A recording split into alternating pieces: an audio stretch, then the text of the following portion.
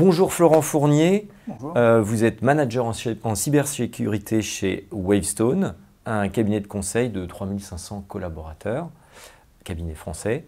Alors, première question, est-ce que vous pouvez nous expliquer votre métier aujourd'hui dans la cybersécurité?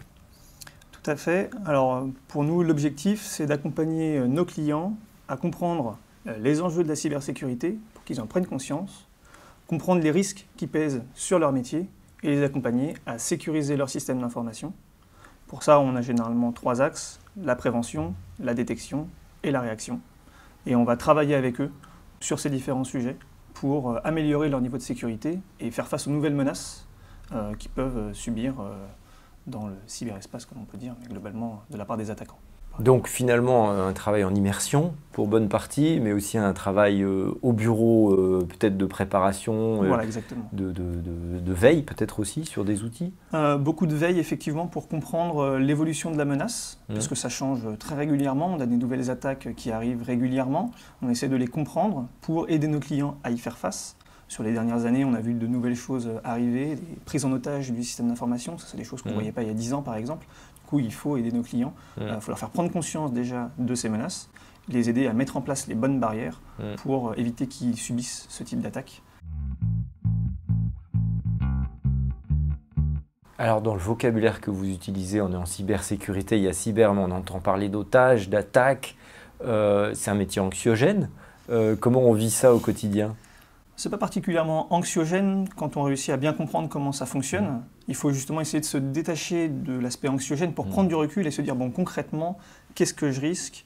Où est-ce qu'il faut que j'investisse? Où est-ce que ce n'est pas nécessaire d'investir?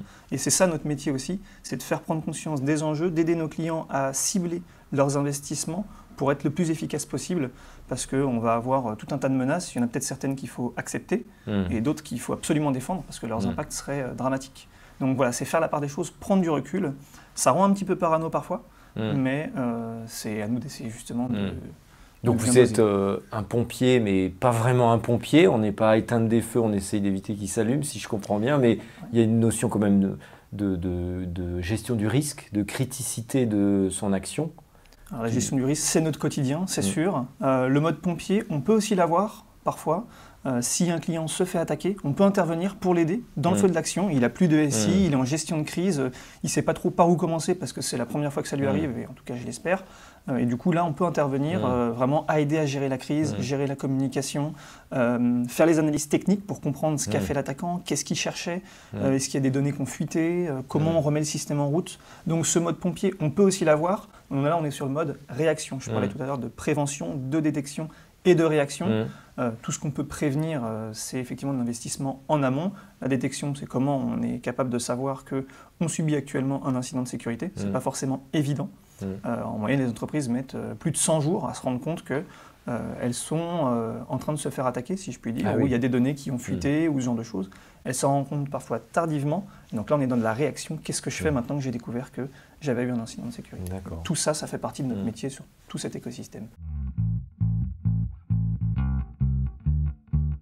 Qu'est-ce qu'il faut comme qualité ou comme appétence pour pouvoir travailler dans ces métiers-là, dans les métiers de la cybersécurité? Quels sont les points clés pour vous? Alors, il va falloir être déjà assez curieux pour comprendre déjà la diversité technologique d'un système d'information. On ne va pas avoir le même système d'information dans une grande banque très historique avec des systèmes très riches que dans une entreprise plutôt récente de la tech, comme on dit, qui va avoir des technologies très modernes. On voit arriver le cloud de plus en plus chez nos clients, donc il faut essayer de comprendre un petit peu les mécanismes, les nouveaux risques que ça amène.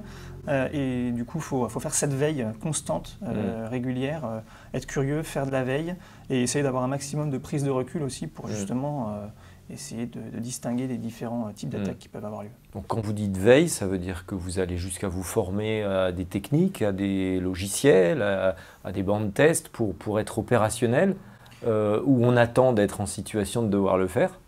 Comment ça se passe concrètement? Alors ça va dépendre des types de missions qu'on est amené à réaliser. Par exemple, quand on réalise des tests d'intrusion, l'objectif c'est d'attaquer une application ou le système d'information d'une entreprise pour trouver des failles. Ça, c'est quelque chose qui nécessite quand même beaucoup de technicité et donc on se forme en amont. On a des formations en interne qu'on réalise pour avoir déjà les bases. Et après, plus on fait de missions, bien sûr, plus on est pertinent. Chez nous, on travaille en binôme, généralement, à minima, avec un chef de projet et un consultant. Le chef de projet, il a l'expertise, il a l'expérience, il a du recul, il est un petit peu plus vieux généralement. Et le consultant, il va être la force active et il va aussi apprendre, justement. Réaliser les opérations. Et il va réaliser. Le chef de projet réalise et il montre quand c'est des choses qui sont nouvelles pour le consultant, comment ça fonctionne. Donc finalement, on apprend sur le terrain. On apprend beaucoup sur le terrain et après, on peut avoir aussi des formations spécifiques, plutôt des certifications. C'est plus pour montrer à nos clients qu'on est formé, mais la plupart de notre expérience, elle provient de la diversité des missions qu'on a pu réaliser en interne. On est quand même beaucoup. Il y a des formations où on sort de l'école avec déjà un très bon bagage technique. Et ça, du coup, on va pouvoir le mettre à profit en entreprise. On va toujours être supervisé, mais déjà, on arrive, on est par exemple opérationnel techniquement. Ou alors, à l'inverse, certaines écoles vont plus développer des soft skills. Et ça, c'est important aussi de les avoir dans nos métiers du conseil, en cybersécurité ou ailleurs. Les enjeux de ce métier, comment vous le voyez évoluer, les enjeux de la cybersécurité plus globalement au-delà du métier, c'est quoi les gros cailloux, les gros morceaux qui sont vos points d'alerte aujourd'hui? L'évolution de la menace. Les entreprises, elles se transforment énormément. On voit du numérique partout. Il faut se tenir informé. Donc les enjeux, c'est faire en sorte que des catastrophes pour certaines entreprises qui peuvent aller jusqu'à faire couler certaines structures n'arrivent plus, arrivent de moins en moins. Et en particulier sur certains secteurs très sensibles. Donc vous êtes en train de nous dire quelque part qu'on peut peut-être enlever le mot cyber, si on parle d'eau, d'électricité, de qualité de l'air par exemple, on est sur des métiers de vie, enfin sur des flux de vie. Ça peut toucher. C'est pas que de la data, quoi. Non, c'est pas que de la donnée. Ça peut aller jusqu'à des choses très concrètes. La cybersécurité dans le monde de l'industrie, de plus en plus d'entreprises commencent à s'y intéresser parce que le monde de l'industrie s'ouvre vers le système d'information traditionnel. On informatise de plus en plus l'aspect industriel et donc ils viennent encore de nouveaux risques, ils viennent encore de nouvelles menaces et donc le côté industriel rend les choses très concrètes. Mais après, ça peut être très concret si on se dit ma banque demain ne fonctionne plus, il n'y a plus rien sur mon compte. C'est certes abstrait parce que l'argent est assez virtuel maintenant, mais enfin c'est très concret quand on a besoin de retirer et que ça ne fonctionne pas. Alors vous qui êtes en situation finalement de monter des équipes de différentes seniorités, des consultants, des chefs de projet, etc., quel conseil vous donneriez à des jeunes ou des moins jeunes qui veulent aller vers ces métiers? Qu'est-ce qu'ils doivent peut-être suivre comme formation ou quelle posture ils peuvent prendre pour être performants dans ce métier-là? Alors pour ma part, j'ai fait un cursus très classique, baccalauréat scientifique, classe préparatoire, école d'ingénieur, et je suis tout de suite rentré chez Wavestone. J'ai un cursus assez classique ingénieur, mais après on observe aussi des reconversions, des personnes qui étaient dans l'IT avant, des développeurs, des architectes, qui vont vers les métiers de la cybersécurité. C'est des métiers qui ont beaucoup de besoins, on a du mal à recruter. Il y a de plus en plus d'entreprises qui prennent conscience justement de ces risques, de ce besoin d'avoir des personnes compétentes, qualifiées, au fait de ces menaces-là, qu'on l'envie aussi, tout simplement, de comprendre comment ça se passe.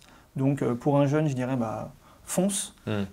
Clairement, il y a toute une perspective devant soi, une richesse des métiers. Donc on comprend, Florent, qu'il y a beaucoup de besoins et peut-être même des problématiques de recrutement dans ces métiers de la cybersécurité. On a compris que c'est des métiers assez variés et que finalement, pour y arriver, on peut avoir des parcours distincts, de l'IT ou de l'informatique, mais peut-être aussi d'autres provenances. Donc on entend l'appel à aller vers ces métiers. Donc merci Florent pour ce témoignage sur les métiers de la cybersécurité. Avec plaisir.